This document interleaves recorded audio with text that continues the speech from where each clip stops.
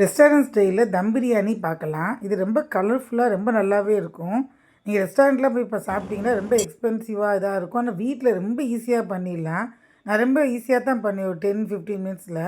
ஒரு வியூவர் கூட கேட்டிருந்தாங்க, கமெண்ட்டில் சொல்லியிருந்தாங்க, நீங்கள் பண்ணுற டிஷ் எல்லாமே ரொம்ப ஈஸியாக மெத்தடில் செய்கிறீங்க, ரொம்ப டேஸ்டியாக இருக்குது, நல்லாவும் ஈஸியாக பண்ணுறதுக்கு இருக்குன்னு சொல்லியிருந்தாங்க. Thank you so much. இந்த மாதிரி கமெண்ட்லாம் தான் என்கரேஜிங்காக இருக்கும் படிக்கும்போது. சப்போர்ட் பண்ணுங்கள். இந்த மாதிரி நிறைய கமெண்ட் பண்ணுங்கள்.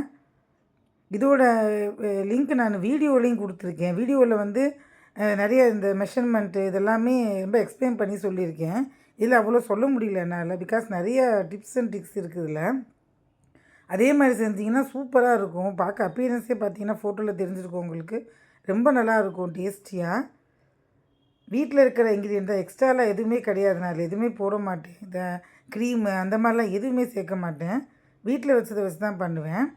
இந்த மாதிரி தம் போட்டு மேலே இது வந்து குங்குமப்பூ இல்லை நார்மல் ஃபுட் கலர் கூட நீங்கள் போட்டுக்கலாம். அதை வச்சு மேலே இப்படி போட்டு அதை வந்து கலக்கக்கூடாது. கலக்காமல் இப்படி மேலாப்பில் எடுத்து போட்டு லைட்டாக கலந்து சாப்பிட்டிங்கன்னா சாப்பிடும்போது சூப்பராக இருக்கும் டேஸ்ட்டு. அதுக்கு சைடிஷ் வந்து கோபி 65. அதுமாதிரி ரொம்ப ஈஸியாக செய்வேன். எல்லாத்தையும் ஒன்றா போட்டு கலந்துட்டு பெசரி விட்டு இப்படி டைரெக்டாக போட்டு எடுக்க வேண்டியது தான் வானிலையில். இது ஒரு 10 மினிட்ஸில் பண்ணிடலாம். ரெண்டுமே வந்து ஒரு ½ அன் ஹவரில் செஞ்சுடுவேன் நான். இதே மாதிரி ட்ரை பண்ணுங்கள். நான் வீடியோவில் பார்த்து தெரிஞ்சுக்குங்க எல்லாமே. தேங்க்ஸ் ஃபார் வாட்சிங்.